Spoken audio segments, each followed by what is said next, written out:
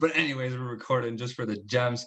So yeah, Tim, man, I'm super excited because, man, like your brain to me just works in a way like I've always been obsessed with it, and like just how you see stuff, and like you simplify things so well for people, and you simplify things so well for me, including this business, including trading. So I'm just super excited to get in your brain about what you think about cryptocurrency, because I know a lot of people are going to get value out of it. And so my first question to you, bro, is what is crypto to you? I mean, that's a loaded question. You can get technical, you can get spiritual, you can get, like you can go any direction. But to me, like honestly, like I'll compare it to how I first looked at this company. Like when I first saw this company, I saw this company, like I am specifically, as like the easiest way for people to create something for themselves. And that's how I look at cryptocurrency too, is like this from just a financial standpoint, is like this right here is the easiest way for anyone in any financial situation, any social economical background, to be set free. Like I don't know how many of you actually look into these stories of like how crypto has changed the world, especially in third world countries where women don't get paid equally or women don't get paid at all. And they were getting paid in Bitcoin 5, 6, 7 years ago. And like I have to go do some research on where that is now and the development of that. But to me, like cryptos is freedom. It's like there's not who can tell us what to do. Like, that's one of the biggest things. And that's how I really view cryptocurrency, man. I think it's so deep. Like to me, like it's the equivalent of I am. It's freedom. It's one of those things where it doesn't matter what your viewpoint is on it. You can have a different reason for it. Everyone's gonna have a different reason.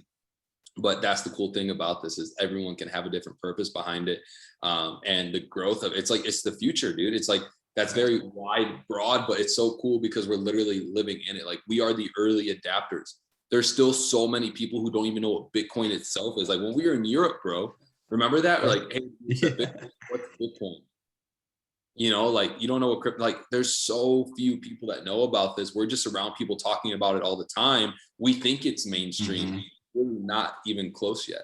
Dude, I remember that. I would joke with these like street vendors, like we'd go up to like buy some food and they'd be like, yo, it's like €5. I'm like, do you take Bitcoin? And they're like, what's that, bro? That's a scam. I'm like, no, dude, actually, I was doing it with the intent of educating people of, yo, this is a form of payment that, look, I'm from the States. Maybe I don't even have any euros on me, but you could take my Bitcoin, because guess what? We all accept Bitcoin no matter what. And I think, yeah, that perspective for me has always been the same. Is like, this is like freedom tech. Like this is technology that gives more people more power to basically stick the finger up, to the man, stick the finger up to whatever oppressive system they're facing.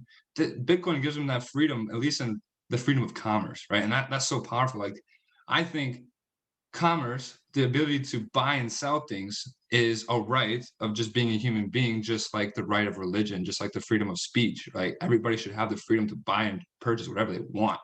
And Bitcoin really fully enables that. So I completely agree with you on that freedom aspect. And look And at like the evolution of time of just currency, like in trading. Like if you guys go back and you watch the first ever, Forex education, they talk about trading rocks and and wheat and gold, and like now we're moving on from this piece of paper into something that is like hundreds of years from now, right? Crypto is what's going to be on that what is Forex video. Like that's the next evolution of where money, where transactions, where value is going. And there's actual purpose to it. Like I think I remember when I first started learning about cryptocurrencies, like the way it was explained to me was like there's purpose behind each and every single coin. And a lot of people are like, oh, well, it's like a coin, like a penny. No. They're companies. Like there's purpose behind what they're doing. And that's what gives them value. And people can actually invest in what they believe in, instead of saying, fuck, well, I have to go invest in the pound, because I live here. This is like, you can actually invest in what you believe in, and you'll go, where you want it to go. right. And it's like, we've never had the choice. You've never had the choice of what you carry in your pocket, of what you think is money. You've always just carried dollars because that's the only choice you were given. Now it's like you have a choice. Well, you believe in Bitcoin's money principles, you believe in scarcity, you believe in deflationary assets. Okay, invest in Bitcoin. Maybe not. Maybe you believe that the banks are rule all and that the banks are going to inevitably take over everything, and you think the banks are going to use XRP. So that's your given right to hold that currency. And that's the Yeah. beautiful thing about it. And as much as I don't like XRP, if you want to use that and you want to hold it, that's your God-given right. And that's what I love about crypto is like we've democratized what money is, and we've completely broken down the barriers for most people. Like they never even questioned what the hell money was before they heard of cryptocurrency. They just think it's, oh, it's how I buy bread, it's how I buy gas. It's like, well, no, you can add so many layers to it.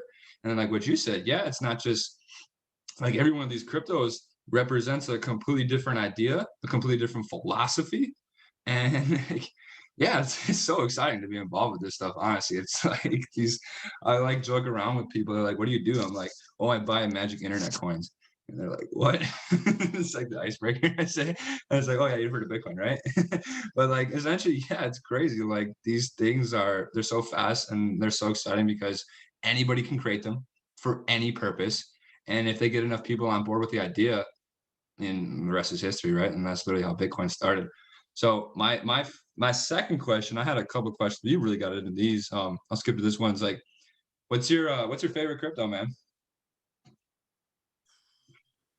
Did you see my interview with Armando? Man, honestly, I'm at this phase right now where it's like I'm having so much fun like day trading the exchange style of cryptocurrencies. Like I never thought that would ever come out of my mouth, but that's kind of what I've been doing. Like everything I'm investing in now is because I sold off things I was getting in last month, right? And I think that's like the coolest thing. Like, bro, I made more this past month just like listen to exchange trading cryptocurrencies than chairman checks, and not a split chairman check, like a complete chairman check, like double it, you know. And so to me, I don't really think it's anything of favorites, so where I'm like vested into it, where it's um, oh, I'm really in love with this project. To be honest with you, right now, I'm really at the point where it's just like I know this is gonna make me some money, and that's what I'm doing. But like, if I really had to pick one thing and tell everyone to hold, like, I think Ethereum, dude. Like to me, like I tell people all the time, like, okay, you know what? It's not like my parents had like questions. I'm like, just buy Ethereum, just buy freaking Ethereum, hold that shit, and you'll be happy a year, 2 years. Big facts. So that's my simple but also wraparound answer to favorite cryptocurrency. Wow, I love that. I like that. I think it's a really good answer because Tim is emotionally unattached to cryptocurrencies.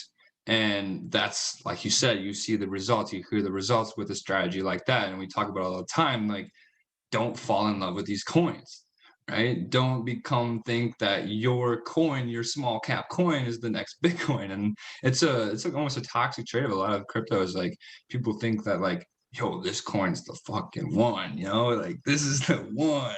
And so like some people are very passionate about cryptos and some people have that view. I love that because it's like you don't have to like be all in love with these coins and you think they're like whatever the next great coming of Jesus. And you like, no, I'm just here like because these things are hot. I'm moving my money, I'm here and I'm there. Not attached to any of them. I love that answer, bro. I think a Yeah, lot of people got out of that. I'd be hitting up Mike. I'm like, so when are we getting my like I'm getting into these with the goal of getting out. Like, what is the exit strategy? Because you know, my goal within probably these next 2 months, I would say next 30 to 45 days is to take my was like 15 or 10 or $15,000 investment and bring it to 6 figures just by trading coins. Like it's like a game to me, man. Like it's so much fun. It's like this new thing that I haven't been doing. And to me, it's just like it's like this new thing I got to figure out. And it's so crazy that we literally get to just like hop on hour-long sessions and people literally tell us what to do. And as long as you just plug in, like it works. It's like a cheat code. Like we literally have code to making money. Thanks, dude. It's you put $100 into something and 4 weeks later it's worth 1,000. Like, come on now. Like, come on. Y'all realize what's going on here? Like, y'all realize this? These are life-changing opportunities, and this isn't how crypto always is, guys. Like, this is something where, I've been involved in cryptocurrencies for 3 years now. In the last 2 years, we're not like this, but the reason we're capitalizing, we're being so aggressive right now because crypto has these cycles. Every 4 years, it becomes a bull market. And yes, pretty much anything with crypto related gonna go boom. And so if you're looking at Tim, like I think Tim's approach to it is so powerful. It's like, yo, I'm here to catch these waves. I'm gonna ride them. But also what he said at the beginning was like that was such a gem because he enters with the exit in mind. Enters with the exit in mind. And like having that exit plan is everything because if you don't cash the bag, cool, yeah, you bought a coin at 1 cent, you watch it go to 10. But did you take profits? Right? Did you Yeah. take profits? Because yeah, I heard some crazy stats, man. Like 97% of people who were millionaires in the last crypto run didn't even realize it. They were just paper millionaires. They didn't even realize their gains. I'm like, damn, like, and that's something we've been talking about for a minute. But yeah, what's been your biggest lesson so far, man? What's been your biggest lesson in crypto? So Mike said this line that really blew me away. I have like I can make an excuse if I want, like, oh, I fell asleep or the crypto took too long to transfer. And if I just waited 15 more minutes, yada yada yada. But Mike said this line about veracity where he was like, you get in at the price that you deserve. Took that from me. You put that from you. Yeah. So it's just the good create the great steal, right? And I think that was something that's like really, really big for me is like sometimes you gotta just pull the trigger. Mm. You know? And I think another thing is like not everything's going to win either. Like there Mhm. invested in that's done nothing. Mhm. Like it's a part of the game. I think some people like think that okay, cool, I'm guaranteed to make money because I invest. That's not true at all. Like like when you invest money, you should expect that it's not going to return. Like you need to have that piece of outcome and that peace of mind that the money's never going to return, and anything that comes from it is just congratulations, right? Obviously, you don't want to expect negativity and different things like that, but that was a big thing for me. Is just like not everything's going to go 100x. Like what Mhm. happened with Veracity, like that's not going to happen every single time. We just got in, we pulled the trigger, and depending on how willing that you were willing to pull that trigger determines the return that you got, right? Like I still Mhm. got it at 0.006, still bought 370,000 coins, but I could have gotten it at 0.002 and had a million. Mhm. Mhm. I was just not pulling the trigger. Sometimes there's fear, sometimes there's other things. So another thing I learned is what you talked about as well, Jordan. And guys, I hope you realize like how powerful of an individual that you guys have in your corner. A lot of things I learned are just coming from Jordan's conversations in the crypto chat. They're coming from watching his calls, the recordings, the YouTube channels, and about the difference between like market cap, supply and demand. A lot of people are looking at price. Like you can't just treat this like Forex. Like you got to do a little bit of research, like you wouldn't just buy any random stock because of price. Like you're going to go look at the P&L. You're going to go look at who's on the corporate. You're going to go look at products that are coming out. You're going to go do research when you're investing money into something. And so I think that's really big. Those are probably the two biggest things right there for me is like, you got to do a little bit more research. Obviously there is institutional movements and things like that. You can mark it up like that, but I think I have more fun doing that than anything else. Like the research is just a lot of fun. Dude, it's so exciting. Like you find that new coin and you're like, oh my gosh, this, oh my gosh, that. Like and people always like ask me, like, man, how do I start? What do I do? And I'm like, bro, you got 2 fingers, you got Google. I mean, I only type with 2 fingers, but some people type with all 8, but you go on Google, start looking up stuff, you get excited, you learn one thing, that creates a question, that question leads you to a new line of research, that leads you to another answer, and then it creates another question. It's like you're curious or you're not. Like you're curious about these things or you're not. Curiosity is the number one thing I think just like for research. Like if you're curious about these things, there's no way to research thing. It's just ask questions, yo. Ask them in the crypto chat. Ask them on Google. Like, ask your mentor. Ask somebody else. And the other big thing you said there, I think, is worth re-mentioning and reiterating, talking about more is like the psychology and the expectations people have in crypto. Oh my God. So, for 2 years, 3 years, crypto didn't do shit. Like everybody forgot about it. Yeah. Nobody like, oh, crypto, yeah, that's that, yeah, whatever, bro. Like blow you off. You're talking about blockchain, talking about complicated shit. I don't give a fuck about that. And then all of a sudden now it's popping. Everyone's like, oh, I want to get in, man. I want to get in. Like, let me get a taste of these games. When they're coming in like thirsty, like, man, what's the coin, bro? What's the move? Like, where should I put my money? And I'm like, whoa, chill out, yo. Like, there's like, yes, things are hot right now. Yes, like there's coins that we've grabbed and they pumped like crazy. Like people making 6 figures a day. No one complains, but it's insane to me because for 3 years nobody gave a shit about crypto, and now within 3 months everyone's a crypto expert. Everyone's like, oh man, look at this coin. This one's going to dollar. This one's to this. And yeah, man, it's like those expectations are like really what can really fuck you up. Like truly, truly, truly, like having those expectations that your coin should pump, having those expectations that someone should give you a play and that you should get into it in a move. Like, yeah, I'll be real, like we call out Reef, Reef's been chilling. Reef hadn't done shit yet, right? And then one coin we call it just moons, and everyone's like, damn man, I wish I would have gotten that one. But it's like at the end of the day, you guys always have to remember that you guys are the ones pulling the triggers. You guys are the ones investing. And that's why we say do your own research. Because if you're buying a coin and you don't even know what it is, you just bought it because you saw it in QC crypto, you have nobody to blame but yourself when you lose your money, right? When it doesn't go well. And then like, yeah, creating these unrealistic expectations, that's a dangerous thing about crypto too, because like you catch a pump, you catch a 10x, and you think every other trade's gonna be another 10x. Like it's not how it goes. Like, yo, there's some people who've been, like I said, been in this market for 3 years waiting for something like this last couple months. So, I mean, I'm grateful, I'm blessed, but it's like we definitely cryptos right now. You got to keep yourself in check. You got to keep yourself in check because it's easy to get lost in the sauce. It's easy to get excited. It's easy to think that it's gonna keep going up forever, you know. And I think, yeah, that's kind of what I want to ask you next is like, what's your expectations this year? What are your expectations? How are you looking at the market? How do you keep yourself sane in this craziness?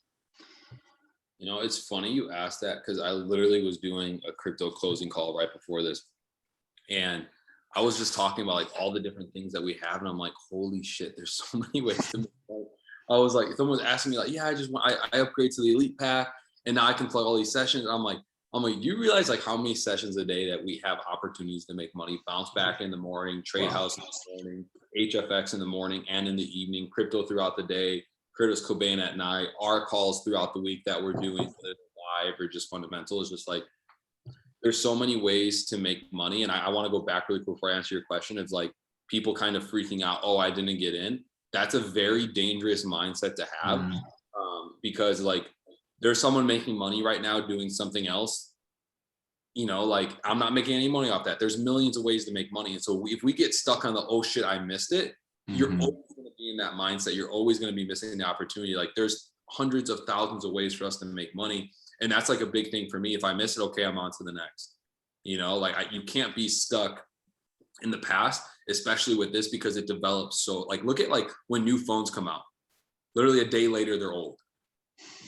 That's going to be very, in my opinion, what we're going to see in the crypto market. There's going to be so much advancement, so much technology, so much actual use to it. Like we're just getting into the usage part, and it's just like the tip of the iceberg. And so for me, like with the future of the market, like I'm looking at obviously very fiscally, like I want to profit, right?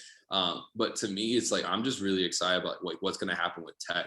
Like I've always been I always told my friends like, yo, once virtual reality comes out, I was at Poppy Camp, I was playing with the Oculus. And I'm like, bro, I'm disappearing. I'm going to buy an island in VR. And it's like, yo, can we make money in VR with crypto too? Like, I think it's just like, it's a world unknown and the possibilities are endless. And then it's also kind of scary because it's like, I think you and I had this conversation. Maybe it's like, what happened when the dollar's gone? Like, people who have $1 billion, but they don't have any crypto like we're really in a crazy time. And I feel like we're just so blessed to live in it. And we're blessed to be participating in it. Like we're on the right side of history for sure. Like we're even if it's a little bit, like even if you're doing $5 a week, that's better than nothing. That's way better than nothing. So, I mean, I hope that answers your question, but it's funny you brought up something about the hype. I used to always laugh. I used to always say, like, I'd search through my Facebook and I know crypto be booming because all the network marketers be talking about Bitcoin. And I'm like, all right, so it's either because they're always right because they don't know what the fuck they're talking about, or something's really happy because they're talking about it again. And this new crypto pump company came out of nowhere. So I always laugh about that. Like, you got to be careful of the hype. You got to be careful of the news in crypto. This is one of those things where you really got to watch the masses and do the opposite, and that's where you're going to find the results, because it's people be buying Bitcoin at all-time highs. Like chill, you know. Mhm. So yeah, I mean that's a couple answers to some of the things that you were chatting on. Yeah, I But think that Friday night, FOMO. by the way, and I wanted to do this earlier. Like this is like a Friday Night Live call, kind of, right? So I've been waiting to do this, and I'm just letting you know I've been working since 7 a.m. this morning. Let's go. If we're talking about the finer things tonight, I need some of this. So cheers. That was so cheesy. That was so corny. This guy texts me. He's like, "I got a joke for the opener," and I was like, all right, man." So there it was. I love it. I love it. Yeah, whatever you guys are doing, whatever your preference is, pour one up, roll it up. We're here to hang. We're here to just shoot the shit. And I think these conversations are powerful because it reveals our psychology, just our belief sets about things, and it's not like or telling you guys, instructing you to do anything right now. We're just showing like what we think about these things. I know for me, that really blew my paradigm, just hearing, people that I looked up to and just how they talked about a subject and just their mindset. So I hope you guys are getting a lot of value out of this. I know I do. And I think it's fun as well. But yeah, I think I want to reiterate, I just want to bring it back up because I think I can't be oversaid. It cannot be oversaid. Like FOMO is probably the biggest thing in crypto. Like, I don't know how many people I got texting me like, "Yo, bro, like, should I get into VRA now?" I'm like, "Should I get into VRA now?" Like these like fiends, like, man, like I'm like, bro, it's like I always say the same thing, which is, I dollar cost average, you should too. That's how you avoid FOMO. But guys, there will be another pump. There will be another coin that goes boom. Like VRA ain't the first and it ain't the last, and so it's like you can let me get it. But you guys Get Mike out of this chat. yeah. But it's real stuff, guys. Don't fall victim to the FOMO, and understand that if you're going to buy into VRA, you're buying into the highs. If you're buying into Bitcoin right now, you're buying into the highs. And a lot of people last call on the Wednesday call, I said, create an investment plan, and if you need help creating that investment plan, some people hit me up, took me advantage of that. Shout out to y'all who did. Because some people are like, well, I don't know, man, so that's all-time highs. And I'm like, well, what's your investment like horizon? Are you investing to make some profits to pay your rent next month? Are you trying to cash out at the end of the year? Or are you like, yo, this technology is the future, this is the first time I heard about it, I want to hold this for 10 years? Because if you're in the second boat, yeah, of course it's a good time to buy crypto. But if you're trying to, it's all about those expectations, guys. If you're trying to flip your bag, there's a different way to go about it. But yeah, I kind of want to shift the question. This is my favorite question. This is my favorite question to ask anybody in cryptocurrency, because at the end of the day, nobody will know. And I think this is a topic we'll debated for the history of forever. But who do you think Satoshi is, man? What's your guess? What's your theory? Dude, I want to be honest with you. That whole government conspiracy thing really fucked me up. Yeah. That whole New World Order one, government thing really, really messed me up, and I don't want to believe it. I'm not gonna get all crazy and pretend like Dan Para knows what the hell he's talking about. He's a genius, but I don't think he knows who the guy is or who the group or girl, whomever is. I got no clue, bro. I have no clue. I don't care. I just want to keep making money. That's my answer. That's it. And I wanted to say something earlier. I think this is really important. Like that's why I'm so happy that you kind of have your calls a little bit separate. Like you have technical calls, you have like fundamental calls, you're having conversational calls, because I feel like these are the kind of calls you have to have. Like these are the kind of conversations and the like psychology. It's like no one loves hopping on the Sunday psychology calls, but that's why you have no fucking results. Like is because like you don't understand why you're getting in the first place. To me, this is probably one of the most powerful conversations you can have with someone is like, why in the first place are you investing? Like, what is your belief in what you're investing? To me, like, I'm so happy that you're doing this. And I know some of the speakers you have coming up, like y'all were excited. Trust me, I'm level 1. The next level speakers are way better. But yeah, to answer your question, I don't care. I just want to keep making money. But no, I'm just happy that you're doing this, bro, because I think this is like the unspoken about side that everyone wants to just make money all the freaking time. And yeah, that's cool. That's great. But if you don't do this part this is 99% of it. because the 1% is just the execution. But if you don't have the 99%, you never execute. That's why so many people are still waiting on entering on other BRA, for example. You know, it's yeah, man. I'm just happy that you're doing these type of calls, like, because these are really, really, really powerful. Jeez, thank you, bro. I appreciate you for saying that. Appreciate all 100 of you guys. Man, we maxed out. We got to get a new Zoom link. I got to upgrade my Zoom. I got you on a link, bro. I have a company that does it a little bit cheaper. Got you. Hell yeah. That's a necessary thing. I'm so glad that is happening. I'm glad you guys are getting the value. Yo, guys, give it back to Tim. Drop some threes in the chat for our man Tim. Yo, drop some threes on man Tim. I think, yeah, I love the fact that, you know, we can bring all these people on and everyone with crypto has that different perspective. And that, I think, is the most Tim answer I could ever get. Who's Satoshi? I don't give a fuck, man. It just makes me money. But nah, I guess I'm gonna keep that one as a question. That's gonna be an ongoing conversation before I kind of reveal my opinions on the matter. But yeah, that's a good one, and I think that, like, it's always been the thing for me. Like, what? Like, how like, in today's world, how in the hell did whoever create this actually remain anonymous? Like, that blows my mind, man. That blows my mind. I mean, that's just me, but like, there has to be like a group. You know, like I don't personally believe that it could be one person, unless this person's a genius and came from another world, and, like, you know, that's where we're at. That's the kind of conversation we're having right now. What happens if Satoshi's BTC.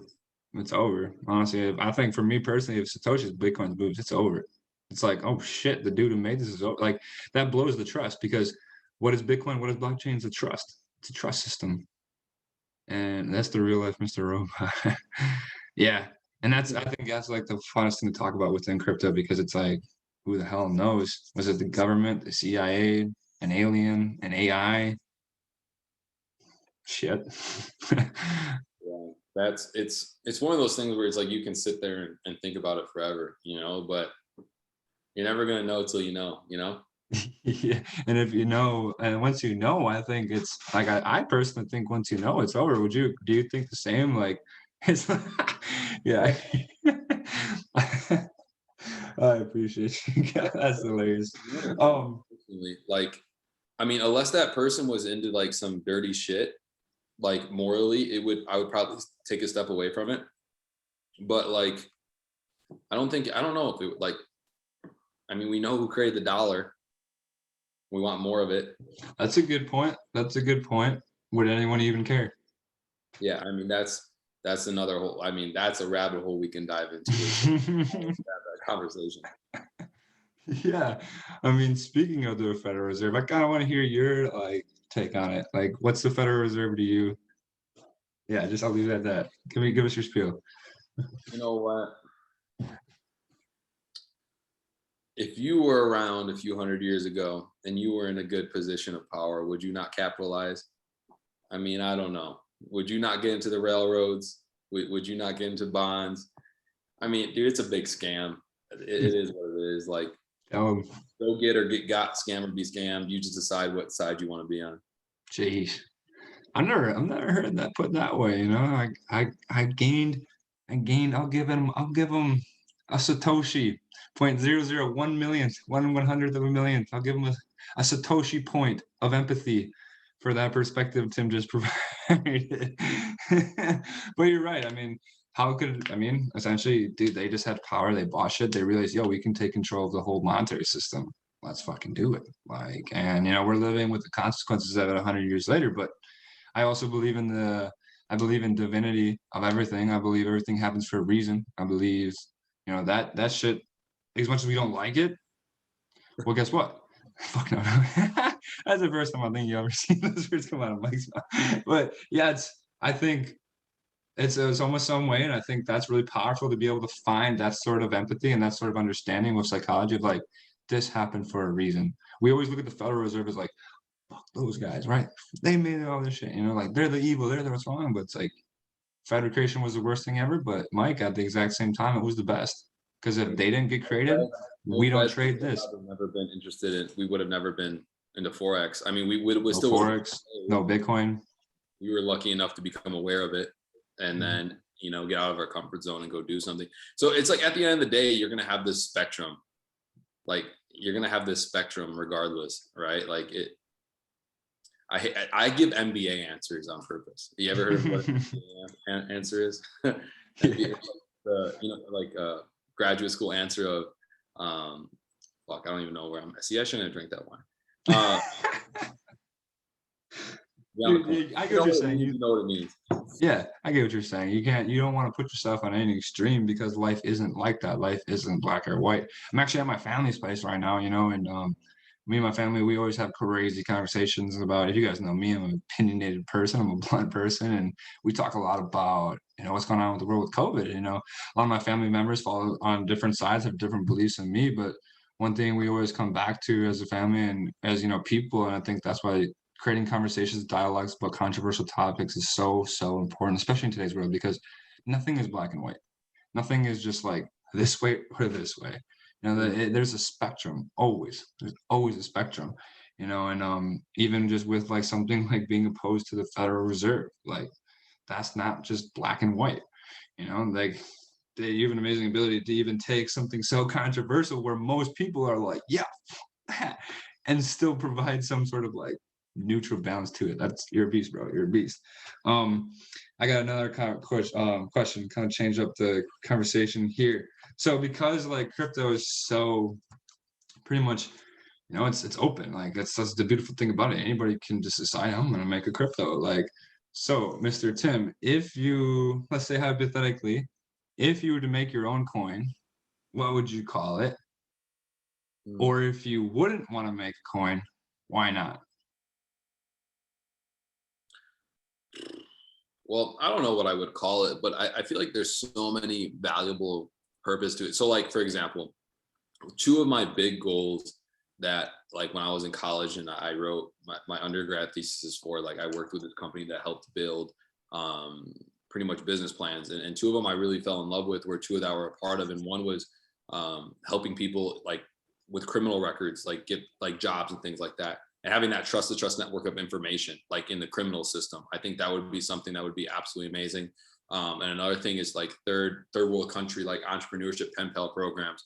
Like there, to me, it's like not even like, how do I say this?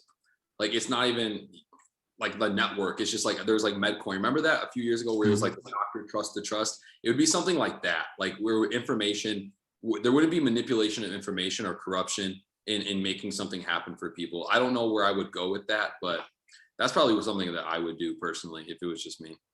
Hell yeah, hell yeah. I just kind of reiterate that question for future guests, but I like that question because it kind of brings out like, what are you passionate about? Because really that's what cryptocurrencies are. A lot of these cryptocurrencies are seeking to solve a problem. They're seeking, Bitcoin's primary problem that it solves is the fact that most adults aren't banked.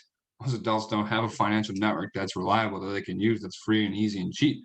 And then Ethereum tackles a whole bunch of other problems, with DeFi, all these things. And so at the base of every single cryptocurrency is the desire to solve a problem through the world. And the solution usually comes through the blockchain. And I think that's so powerful. That reads a lot about Tim and just like what he wants to do in the world. And that's like one thing I've always known you as is like someone who's very interested in philanthropy, someone who's really generally interested in setting up systems for people to win, or if systems is fair. I mean, freaking build QC.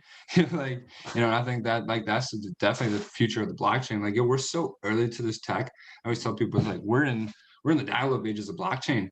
Who in 1995 could predict Venmo, could predict Airbnb, could predict Uber? Nobody. So it's like we can take a stab at these like ideas of like what blockchains can do in the future, but at the end of the day, I'm so damn excited to see it, and that's why I love asking these questions, because like who knows where that idea is going to come from? Google wasn't even made until 2004, like, and that was one of the biggest internet companies ever. So yeah, the future of crypto is so big, and the potential of it. A decade later, and we're just over a decade really with cryptos, and how many years prior was that being worked on? It's like we're like that's where I see us right now, is like we're getting into that transition phase. Like it's like the whole idea of it, we're still super early, but we're just getting into this point of like the whole NFT thing is like, bro, like shit's about to get crazy. And Mike made a comment in there about a Zuko Poppy coin. If I had to create a Dogecoin, like just something, y'all wanted me to disappear, and never come back, live on an island, that's what I would do for sure. So if y'all see that on the internet, you know who made it. I love it. I love it.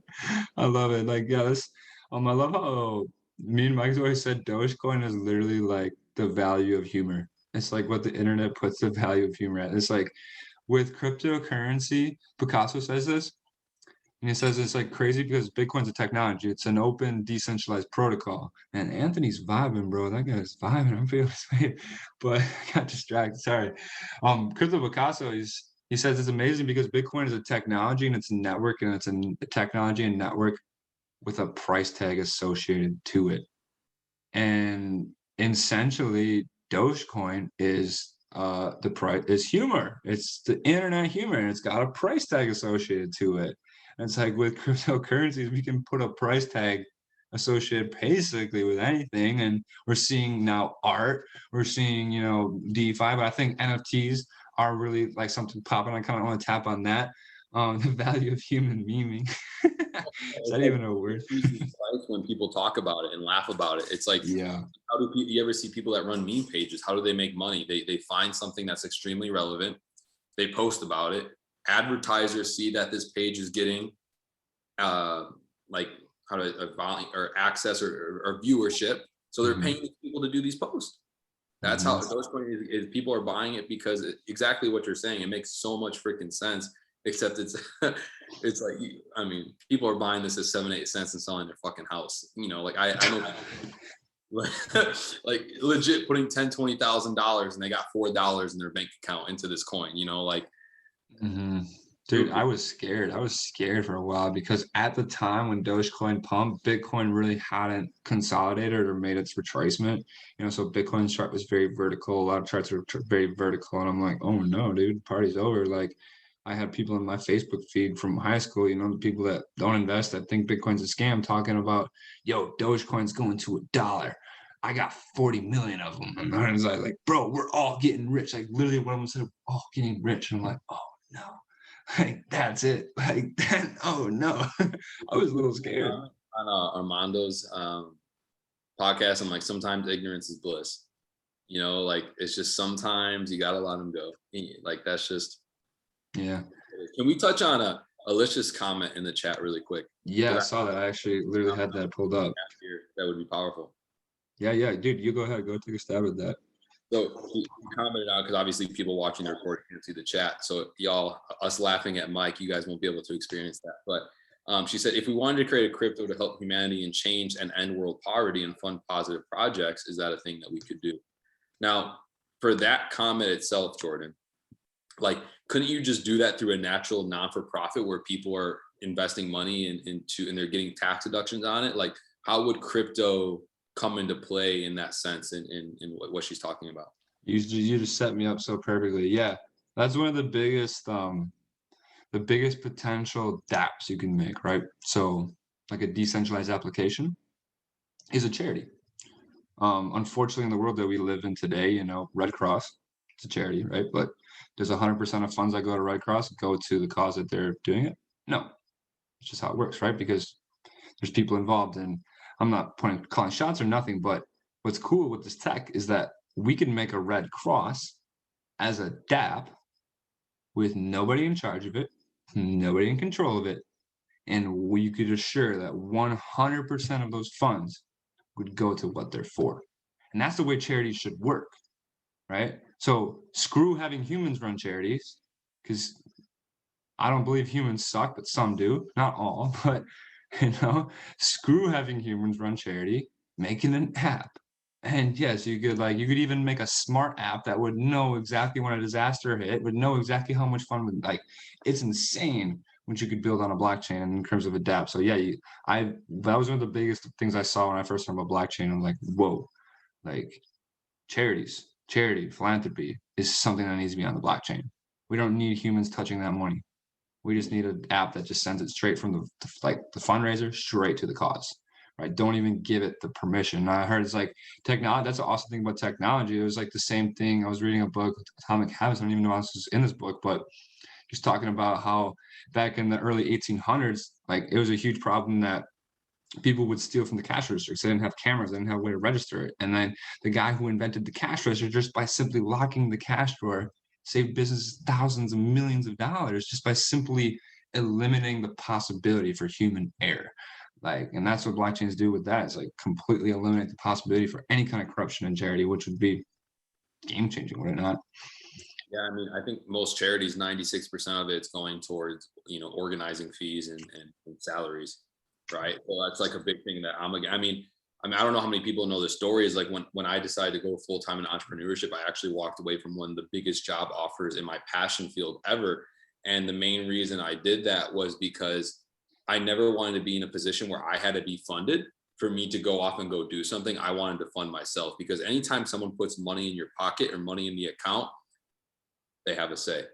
And I never wanted someone to say, okay, cool, I gave your charity, your non-for-profit $100,000. This is what I want done. No, fuck off. Like, I know how to make money myself. I'm going to go impact the world the way I want to impact the world. And that's the reason why I partnered with I Am, was because I knew, like, once we can teach people really how to make money, we can go out and go change. Like, so guys, we're about to be making $10 million a month in residual income. What could we do for the world with that money? Like, think really far. You guys have to think really far past your lifetime, what this company and this information is going to do for not only your family, but families around the world. You have to start thinking bigger, much faster. And that's how I look at cryptos too, is like, if we start thinking bigger, much faster, we can actually start accomplishing these things at speeds and rates that we would never be able to do with the current system that we have.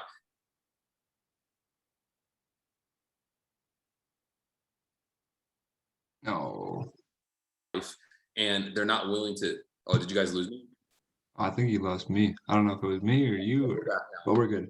Like, this is like the biggest, like, when I heard him talk about $10 million a month, that opened, I always say there's a lid.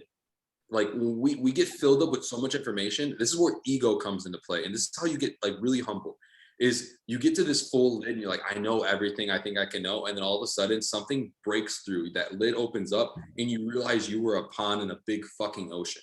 And guess what happens? That lid gets full again and you were an ocean in a big world, right? So, like, that's how I just look at all of this, is like, man, we have such an amazing opportunity, like, as a collective, to come together and make such amazing things happen. And that's why I love this network, because each and every single one of you on this call are passionate about something different.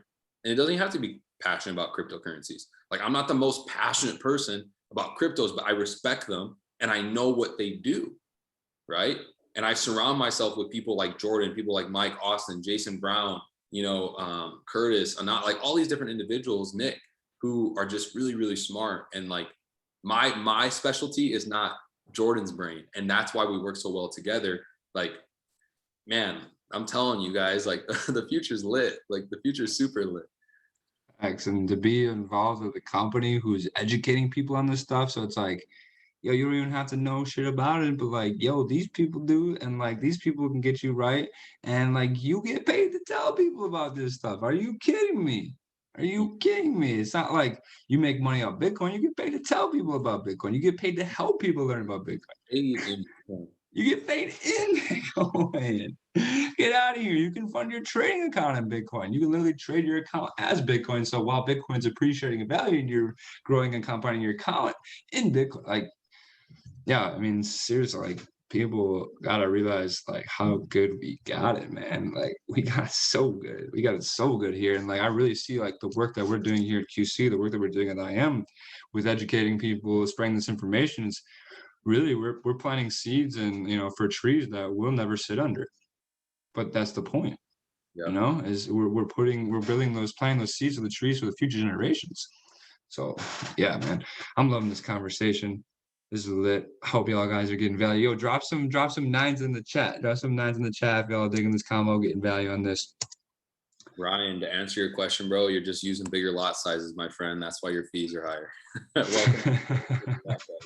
It's a good problem, man. It's a good problem to be having. All right, man. This is my last question for you, but this is the big one. I think everybody has an opinion on this one as well, and it's an exciting conversation point. But how high do you think Bitcoin can go, man? Well, I feel like I can give you an answer, but I feel like you have an extremely logical answer, and it's No. of like how much there is, once it's done being mined. But man, I don't know. Like, I don't want to be an Ivan Pacheco. I'm like, $1 million. Like, no, I ain't gonna. I don't know, dude. I don't see why it couldn't. Like, don't get me wrong. Like, I don't see why it couldn't. It's just I struggle. I struggle with the logical aspect of like what happens when there's no more supply and there's just an insane amount of demand. Mm. And how do we go about like transaction? Like, that's where I struggle with my personal understanding of Bitcoin being the future of transactions. And obviously, there's tons of different coins. You can, you pay for your Lambo or pay for your bread with fucking VRA, right? Whatever. But I don't know, man. Like, by the end of this year, like $100,000 is done. Like, that's an obvious. Like, we're going to see 6 numbers, and we're going to see 1 comma for sure. I don't want to give an answer and be like, that sounds outrageous, because I personally really don't know. But I do think 250,000 in the next 5 years is very possible. But anything after that, I don't think I'm educated enough to give you that answer. I don't think anybody's educated enough. Like, you could calculate the supply and the demand and like calculate the world's money supply, and say, well, if all, I think there's, I'm going to throw a number out there, but I want to say there's like 87, it's under 100 trillion of like all the money in the world. And so you could say, well, if all of that money was in Bitcoin, let's say Bitcoin's worth 100 trillion, you could whip out your calculator. 100 trillion divided by 21 million coins puts it at 5 million a coin, I believe. I don't know, because I know if it hits gold's market cap, it puts it at like 400K, which is like 7 trillion. So yeah, you could do all that math and you could come up with a number, and you could be like, this is my educated guess. It's all speculation though. Yeah, exactly. Mike's egging you on for the answer, bro. Everyone wants a number, that makes man. no sense. Like, that was what I was looking for, is more of the equation of it. Like, okay, cool, 4 or 5 million is extremely possible, but you also got to look at like the system at hand, that the people that have power, will they ever go down easy? Mm-hmm. So will we see full adaptation in our lifetime? I don't know. I mean, it would be dope, but probably not. I mean, like, it's just, there's so much to it. Yeah. That's a good question. Yeah, I was gonna say that's a really good question Mike asked, is like, do you think it'll have a bigger market cap than gold? Because that's the comparison, and I think that's the narrative that's winning right now, and that's why you're attracting institutional interest. The people who invest in Bitcoin are the same people who invest in gold. They're not the same people, but they have the same reason. They have the same reason of like, I'm avoiding dollar inflation. This is an asset with hard, sound money principles. At their core, they're the same thing. So yeah, that's a really good question. Do you think Bitcoin could surpass gold in market cap, which is 7 trillion, I believe? And I think, correct me if I'm wrong in the chat, please, guys, but I think that'd put Bitcoin over like 400, 500K. Do you think that's possible, Tim, for Bitcoin to pass gold in market cap? I think absolutely. I mean, like, how long have we had access to gold, and how long have we had access to Bitcoin? And look at where we're at now, and within the last decade, like 100 for sure, like without a doubt, like 11 trillion. For gold. So yeah, let's do the math right here. What, 11 trillion? Man, numbers are, you don't gotta be smart to make money, man. Every time I do numbers, I have to like million, okay, 100,000. Well, I don't even try. 1 million, 100 million, 1 billion, 100 billion, 1 trillion, 10 trillion. Okay, I got 10 trillion on my number. I'm literally led by Dom. I gotta do it. 21 million coins puts Bitcoin at $476,000 per coin. Yeah. And I say, I think you said it, I don't know if you said directly, but you were saying access, like how people have only had access to gold they've had access to gold forever, and they've only had access to Bitcoin. I think the exact same thing. I think accessibility, a digital version of gold has way more potential to exceed the analog version because it's digital. How many of you guys have ever invested in real gold, or even like, I've never invested in real gold. I've like just started buying in silver, but I think, yeah, like people buy gold and silver bars are a small amount of people, but the people who could potentially buy Bitcoin is everybody. It legit could be everybody. And that's what I always think is like, what happens when this really catches mainstream, as it like when the internet did? Because the internet is an open, decentralized protocol. So it makes it open. That's what makes it awesome. Anybody can use it anywhere, and you can't stop it. You can't turn it off. And Bitcoin's the same way. Anybody can use it anywhere, and you can't turn it off. And so when the whole world realizes, yo, this is a sound money, this is principal, there's only 21 million of it, what the hell could the price be? Maybe there's one day where we laugh at the fact that we compared it to gold. like for real, because like how powerful this is for people. I heard a really good, interesting point on a podcast too. It's like a lot of people, they were talking about privacy and how people who say, yeah, I don't care if people track me. I don't care if people censor me. Zach Hogan was actually saying this. It's like, or he shared a video about it. And that's really dangerous to be in that point of privilege where you say, I don't care about my security. Because guess what? There are people in China, in Russia, in Venezuela who need that security because that kind of stuff, they need that privacy, right? They care about their privacy, but you don't. And so by you being that privileged position and saying, yeah, I don't really care, it's like the same I say as with people with their dollars in Bitcoin. Like, man, I don't really care to have Bitcoin. I got dollars. I don't need Bitcoin. But there are people in countries where their currency is getting destroyed, like demolished by inflation, and they need Bitcoin. And so it's like very privileged of people. Like we're very privileged in a position and living in the United States that we don't really need Bitcoin to protect our wealth. I mean, you do. Dollars going to get destroyed too, but there are people who need it a lot more. Right. And then like that's why I'm really passionate about this stuff, because I want to teach the world what it is, because when the world catches on to what this is, $1 million, bro, I'll put my money on 1 million. Easy money all day. Yeah. Like $1 million, done deal. It's crazy you say that, because like the American thought is like we really do have it so good because we never have to question if we have it good or not. It's like we're just born into it. And it's like slowly but surely the foot has been put into the door. All of a sudden it was like they just started to get to know us a little. Like they started like kind of imposing themselves on our freedom a little bit by a little bit, where it just becoming normalized. Now it's so normal. We can have this radical idea happen. Everyone's cool. 50% of America's cool with it. Where it's like, me, fuck that. Like you work for me, my friend. I think you forgot that. Like that's what the government is. Like you're not my dad. You can call me daddy. We vote you in. It's the other way around, right? So it's like, I think so many people forgot that. It's like the thing I brought up earlier, where women were being paid in crypto. Like they just have to remember their key. They can't be, touched and be like, oh, where'd you make this money? And then have fucking rocks thrown at them and shit. They got it up in here.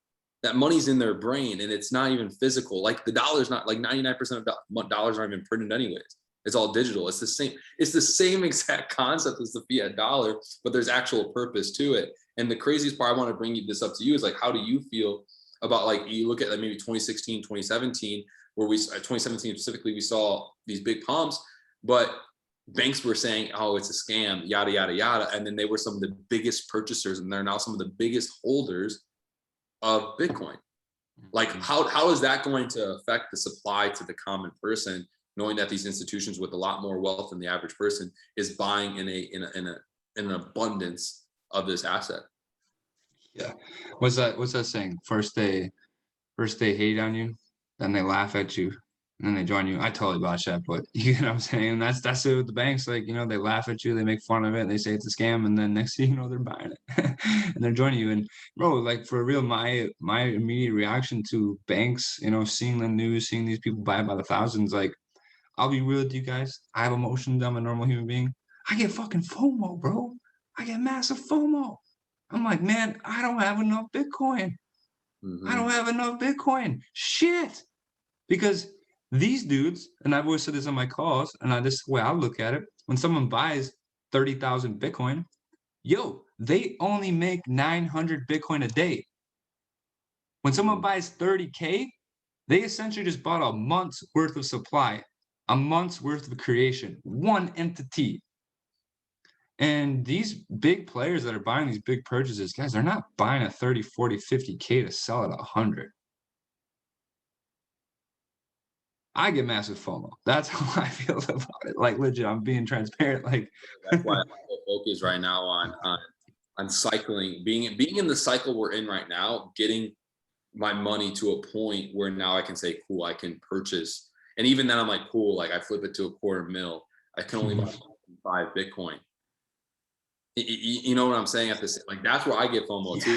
Like, that's why I can't wait at Chairman 25. Like, we have and above, like we have a percentage we're being paid in Bitcoin every single week, and we're just putting it into a ledger. We're never touching it. So it's like, I'm with you, man. I'm experiencing that too, because I'm like, the time is like, what is it? The time is nigh, right? Like it's we're not getting to that point, but we kind of are. Yeah, yeah, we are. I mean, I personally don't think you'll ever see Bitcoin under 5 figures ever again. Like, No, I mean, I pray to God it goes back. Like, man, if it went back, like, remember we're like, damn, 7,000, that's dude, expensive. I know. You know, like if it goes back to 20, bro, I'm selling every single person in my family's house for cash, pennies on the dollar, sold, like gone, like gone. It's everyone's buying Bitcoin. And how fast it changes. Literally a year ago, right now, Bitcoin was $4,000. And And what changed? What changed? What changed about what's crazy is that absolutely nothing changed about Bitcoin. Bitcoin is still the same network. It still works the same. Still has the same rules, same supply. Everything about Bitcoin is the same. But what changes is the world, right? The world changed, and the world realized, oh damn, like this whole like society, this whole idea of what I thought was normal, completely changes last year. You know what money is, how business works. You know, it moves fast. It moves fast for sure. what are your thoughts on? I know Crypto Picasso is looking to cycle out of his Bitcoin after the halving and putting it all into land. Kind of is that a similar game plan as you, where Yeah. you know, you're back to that accumulation phase again? I mean, I personally really like that game plan, but then I feel like the world can change, and the world can change 30 days from now, and we can be in a completely different terrain, a completely different environment where it's like that's not the plan anymore. You know, like don't get rid of it kind of thing. So, what's kind of your plan long term with Bitcoin, like and putting it in different places? Because you know, just having one investment isn't the way. You know, you really do have to, you know, like for example, take care of yourself. Like, man, I would much honestly, for like me, I think I would much rather have land, water, food, animals, like protection than an asset where it's like it's important, but I know I can take care of my family, I can protect myself against tyranny. You know where I'm going with this, right? Yeah. You know, like what's your kind of game plan, you know, with that? Yeah, I think so. I mean, personally, full transparency, you know, most of my come up has been digital, right? So like digital assets, digital things. And so I thought that same thing. I'm like, man, my wealth is digital. But, you know, when the power turns off, there goes your wealth right with it too. So I'm also like torn because, you know, I've been like I pointed out one time when I called with Johnny on one of these kind of calls, like, yo, we think Bitcoin's gonna pull back, but that's only because that's what it did in the past. It Mhm. doesn't have to, because this time around is way different. This time around is so different. Is there a surge of demand? Is there a surge of hype? Yes, those match the previous bull runs where it was very hype, it was very crazy, price rose fast.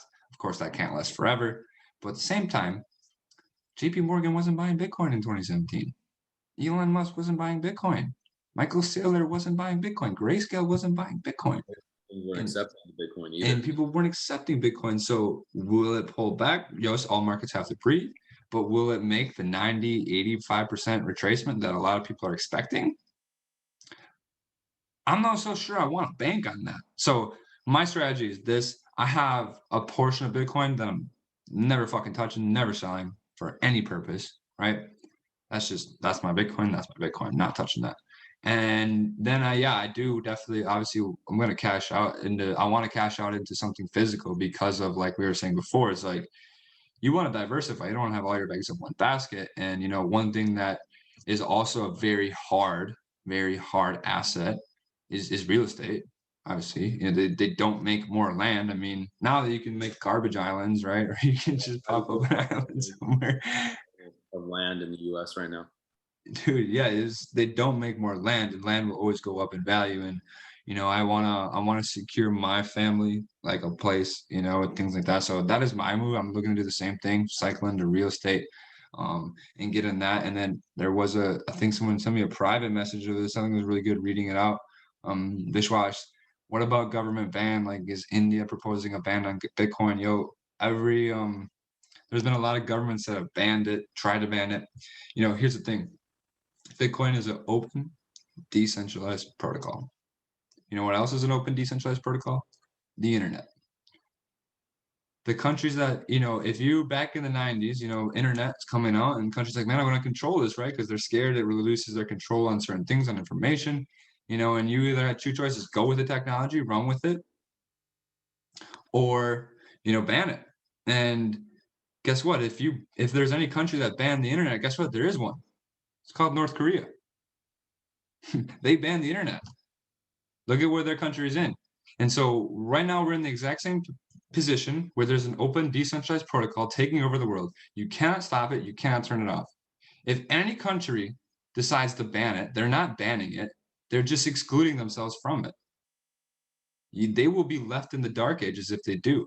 And it's crazy because there's a lot of talk in the United States about it getting banned. The United States is, of my opinion and some other people getting into that region of like, yo, they're imposing some crazy stuff now on us. And, they want to regulate it. They're obviously see it as a threat.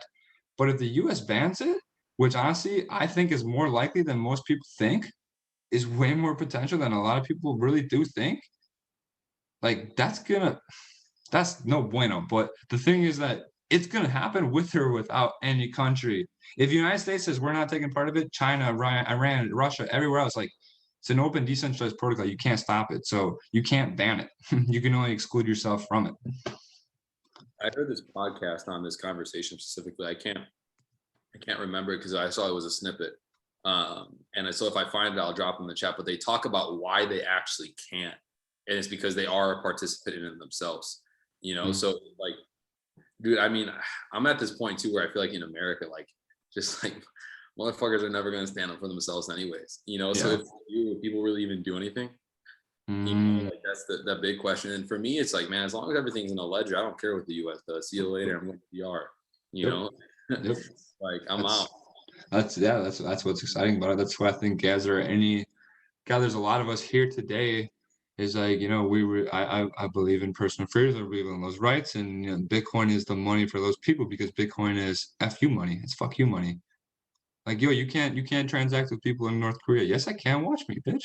Like, yes, that my Bitcoin transaction. Like, you gotta send money to your family in Mexico. You gotta pay 10% fee with Western Union. No, watch, I'll do it with Bitcoin. Do this, right? Like, it is that money of just pure freedom. And yeah, you got your money on your ledger. You got your keys in your head. Like, nobody can take that from you. Nobody. The only way you could lose it is if you get outsmarted and you give it up, and you give like that. Yeah, it's without getting into like too deep of a conspiracy of just like the politics of the world and where we're going with control and things. But Bitcoin is there's a reason why people value this stuff so much, guys. How do you feel about, I know we're going 15 minutes over here, but how do you feel about a lot of companies now using Bitcoin as a marketing tool for attraction towards their products? Like you see this with Chipotle, you're seeing this with a lot of companies like doing little Bitcoin giveaways or guess the keys, or like it's becoming like they're trying to, like, do you think they look at it as like it's a joke where they're just using it as like advertising to get attention because people are talking about it? Or do you think these companies actually know what the hell they're doing and they're looking to get their feet in the door? That's a really good question. I actually personally haven't seen that. I first thing you're saying that strikes me in two ways. It's like this could be a way for them to stir the pot, like get people interested in crypto for whatever reason, for whatever like person that owns them. Or it could be that they're very savage and that they own it themselves and they want to pump their bag, because that's a beautiful thing about Bitcoin and cryptocurrencies. It's like if you're invested in Bitcoin, of course you're going to tell people about Bitcoin, right? You're going to make publicity about it because the more I talk about Bitcoin, the more people know about Bitcoin, the more my bag pumps. So for everybody in the bag, publicly talking about it more pumps everybody's bag. And yeah, I think Mike plays a big point. It's like it just is making it. Bitcoin's going mainstream. That's probably my biggest takeaway from that. Like I didn't even hear about that for some odd reason. I've just been in Iraq for the last couple of days, but I was actually driving across the country. But yeah, that I think is the biggest takeaway. Is like this is just bringing it mainstream, for good or for bad. It's going to bring it mainstream. It's going to create those conversations, which I'm all for. I'm all for. But yeah, guys, this conversation's been lit. Yo, I'm gonna open it up just for the 70 people here. I'm gonna appreciate every single one of you guys. Tim, thank you so much. I appreciate you, man. Sure.